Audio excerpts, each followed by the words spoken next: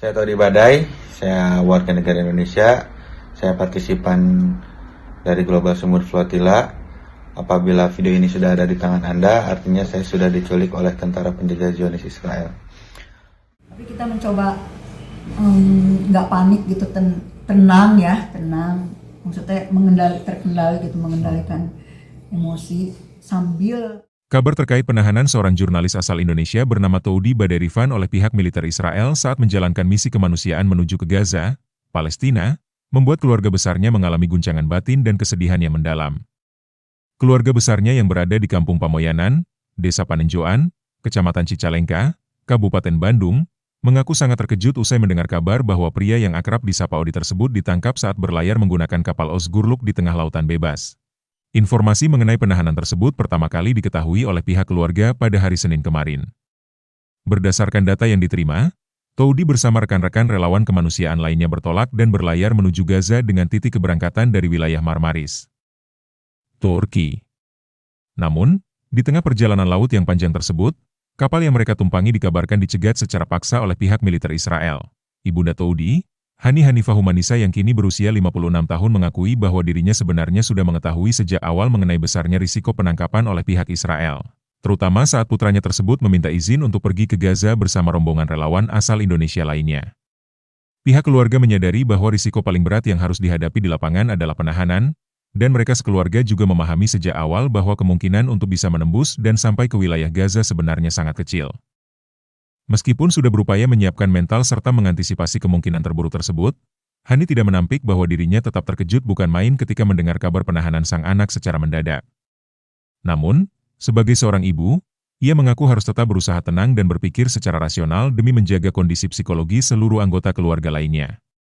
Ia menceritakan bahwa tidak hanya dirinya sebagai orang tua, melainkan adik-adik, kakak-kakak, hingga seluruh saudara Toudi mengalami syok berat.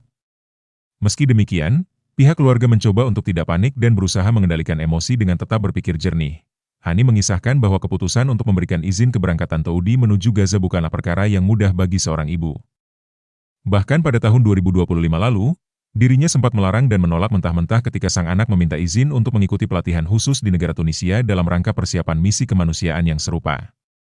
Pada saat permintaan pertama itu, Hani tidak memberikan izin karena rasa khawatir yang teramat besar, sehingga rencana keberangkatan tersebut akhirnya dibatalkan oleh Toudi. Namun, setelah melihat konsistensi perjuangan serta tekad kuat yang ditunjukkan oleh Toudi seiring berjalannya waktu, Hani akhirnya luluh dan memutuskan untuk mengizinkan putranya berangkat pada kesempatan kedua ini. Sebagai seorang ibu, rasa khawatir tentu saja tetap melekat erat di dalam dadanya. Bahkan naluri keibuannya sempat berbisik untuk kembali melarang.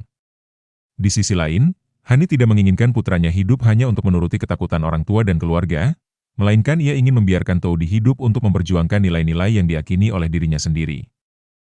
Selain faktor idealisme kemanusiaan, Hani mengungkapkan bahwa profesi Toudi sebagai seorang jurnalis turut membentuk jiwa petualang yang kuat serta keinginan yang besar untuk terlibat langsung mendokumentasikan misi kemanusiaan tersebut. Ketika Hani sempat menanyakan seberapa besar tingkat keyakinan Toudi sebelum berangkat, sang putra dengan mantap menjawab bahwa keyakinannya sudah mencapai 80%. Berpegang pada keyakinan bulat sang anak, pihak orang tua akhirnya melepas keberangkatan tersebut dengan iringan doa dan harapan agar cita-cita mulia sang putra dapat tercapai, serta yang paling utama adalah dapat kembali pulang ke tanah air dengan selamat, selama masa persiapan di darat hingga selama di perjalanan laut menuju Gaza. Toudi dan keluarga besarnya dikabarkan masih menjalin komunikasi secara intensif melalui aplikasi pesan singkat. Hani menyebutkan bahwa komunikasi terakhirnya dengan Toudi terjadi pada hari Senin dini hari, tepatnya pada pukul 2:19 waktu Indonesia Barat, yang ternyata merupakan hari yang sama dengan momen penangkapan tersebut. Dalam pesan terakhirnya, Toudi memberikan kabar kepada keluarga bahwa posisi kapal mereka sudah memasuki kawasan perairan internasional, di mana wilayah tersebut seharusnya menjadi area yang aman dari jangkauan penangkapan. Namun tidak lama setelah pesan itu dikirimkan, pihak keluarga justru menerima kabar buruk mengenai penahanan tersebut. Saat dimintai keterangan mengenai perkembangan kondisi terakhir, Hani mengaku hingga hari Selasa ini belum mendapatkan informasi pasti mengenai keberadaan terkini dari putranya. Sejauh ini, informasi perkembangan baru didapatkan secara intensif melalui pihak kantor tempat Toudi bekerja serta dari organisasi relawan kemanusiaan yang menaungi misi tersebut. Namun di sisi lain, pihak keluarga menyayangkan karena hingga saat ini belum ada perwakilan dari pihak pemerintah setempat, baik tingkat daerah maupun pusat, yang berkunjung ke kediaman mereka untuk memberikan kepastian mengenai langkah penanganan hukum atau perlindungan warga negara. Pihak keluarga menaruh harapan besar agar kejadian yang menimpa jurnalis Indonesia ini dapat segera menjadi atensi serius bagi pemerintah pusat. Mereka berharap pemerintah Republik Indonesia melalui instansi berwenang dapat segera mengupayakan jalur diplomasi yang kuat untuk mendesak pihak Israel agar segera membebaskan serta memulangkan seluruh relawan dan jurnalis tersebut kembali ke tanah air dalam kondisi sehat dan selamat. Saya Todi Badai, saya warga negara Indonesia, saya partisipan dari Global Sumur Flotilla. Apabila video ini sudah ada di tangan Anda, artinya saya sudah diculik oleh tentara penjajah Zionis Israel. Tolong kabarkan kepada pemerintah Indonesia, segera bebaskan saya, segera bebaskan warga negara Indonesia lainnya, dan tetap dukung dan suarakan terus kemerdekaan untuk Palestina. Dari awalnya sih ini permintaan izin ini yang di Turki ini, yang kedua ya. Yang pertama itu waktu ke Tunis. Nah di Tunis itu dia kan ikut pelatihan untuk selanjutnya kalau diizinkan oleh orang tuanya lanjut ke Gaza. Tapi waktu di Tunis saya tidak kasih izin ya, karena itu kekhawatiran yang sangat mendalam ya gitu. Udah tahu semuanya kan kondisi begitu. Nah di yang kedua ini saya melihat ada passion Odi ya dari situ. Jadi sebagai ibu lah, kita nggak bisa, sebagai orang tua tetap pastilah kekhawatiran, dan mungkin sisi keibuan saya akan bilang nggak boleh, nggak usah ikut gitu. Tapi di sisi lain kan anak saya Odi itu, dan ini kakaknya yang pertama, ini yang adiknya ini ya, ada lagi adiknya yang di Subang itu.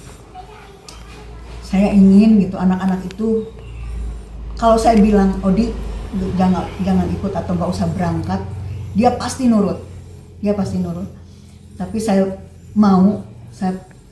merasa, saya berpikir bahwa anak-anak saya itu jangan hidup hanya untuk orang tuanya, jangan hidup hanya untuk keluarganya.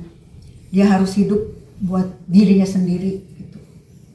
Dan saya melihat ada keinginan kuat ya Odi untuk mengalami ini, selain dari sisi profesionalismenya ya sebagai jurnalis, tapi sebagai pribadinya, sebagai jiwanya, adventure itu dia pengen merasakan itu. Jadi memang dari Odinya sendiri 80% dari Odi. Ingin berangkat. Ketika saya nanya berapa persen keyakinan Odi, 80%. Ya udah, sebagai orang tua saya mama gitulah, izinin, support lah dengan doa dan harapan supaya apa yang dicita-citakan sama Odi dan teman-teman bisa tercapai, dan yang paling utama Odi bisa pulang lagi dengan selamat ya, dengan kondisi atau kesehatan yang tidak berkurang satu apapun. Karena salah satu pertimbangannya juga kan, kita juga udah ngobrol banyak sih panjang dengan Odi. Saya tanya kondisinya gimana, kan dia yang paling dia tahu ya, bukan paling tahu lah kondisi secara umumnya gimana, terus resikonya gitu, resiko yang paling jeleknya itu bagaimana, kita udah tahu ya kondisi di Gaza. Yang setelah ngobrol panjang, saya izinkan lah gitu, Odi udah tahu resikonya, terus saya juga bisa dengan bukan lapang ya dengan legawa lah ikut mengizinkan, dengan harapan itu tadi, doa dan pertimbangan tadi teknis ya gitu, makanya saya izinkan. Nah Bu, artinya setelah keberangkatan Odi, setiap hari Odi selalu kontak, nginfoin Bu? Info ya, kontak. Berapa hari setelah Odi berangkat pas tahu nggak ada info dari Odi gitu, sempat mencari tahu? Jadi terakhir itu dia kan berangkat mulai berlayar dari Marmaris menuju tujuan akhirnya tuh Gaza itu tanggal 14. Itu kita masih kontak sampai terakhir kemarin hari Senin jam 2:19 itu kontak terakhir jam 2:19 itu. Dan dia di chattingan kita tuh dia mengabarkan udah nyampe di perairan internasional, Berarti notabene harusnya udah aman ya, karena itu udah di wilayah hukum internasional. Nah itu terus dia bilang alhamdulillah aman, dan kita juga dapat update info lah ya dari pihak yang berwenang ya, dengan valid ya. Itu bahwa kapal Odi melaju sementara yang lain udah kena intercept gitu ya, udah kena cegat gitu. Nah itu jadi udah di perairan jam 2 lah, intinya jam 2.19 lah terakhir kontak. Biasanya sehari berapa kali sih kontakan sama Kang Odi sendiri? Ada nggak terlalu sering ya, karena kan kondisi mungkin ya. Terus tuh paling ada kalau momen-momen penting ya gitu. Kita Odi lagi tukar shift nih gitu kata gitu. Jadi kan gantian sama temennya, atau terus kita nanya ya ibu biasa ya, makan di mana, makan ada yang masakin gitu, aman sih kalau untuk logistik gitu kayak gitu. Terus ngabarin kondisi gitu, kondisi kesehatan, kondisi di lapangan, itu aja yang teknis dan keamanan sih kebanyakan ya kita nanyanya. Tapi sejauh itu sampai ya kemarin itu ya aman kondisinya gitu. Nah pas ibu tahu mungkin pas awal mula Kang Odi dikabarkan ada penahanan dari pihak Israel sendiri. Nah respon ibu seperti apa Bu? Karena kita tahu mungkin ada beberapa juga kejadian yang sempat ditahan dan memang dilepaskan kembali dalam waktu tertentu. Tapi kan pasti ada momen tersendiri. Iya. Kita udah tahu resiko itu ya. Resiko itu memang yang paling berat resikonya adalah ditangkap. Dan kemungkinan nyampe ke Gaza itu sangat kecil gitu ya, menurut ini sangat kecil. Jadi resiko yang udah Odi simpan gitu bahwa dia akan tertangkap. Dan itu diinformasikan ke saya, diobrolkan ke saya. Maka ketika ada itu pun ya tinggal menunggu waktu saja sebenarnya info itu gitu ya.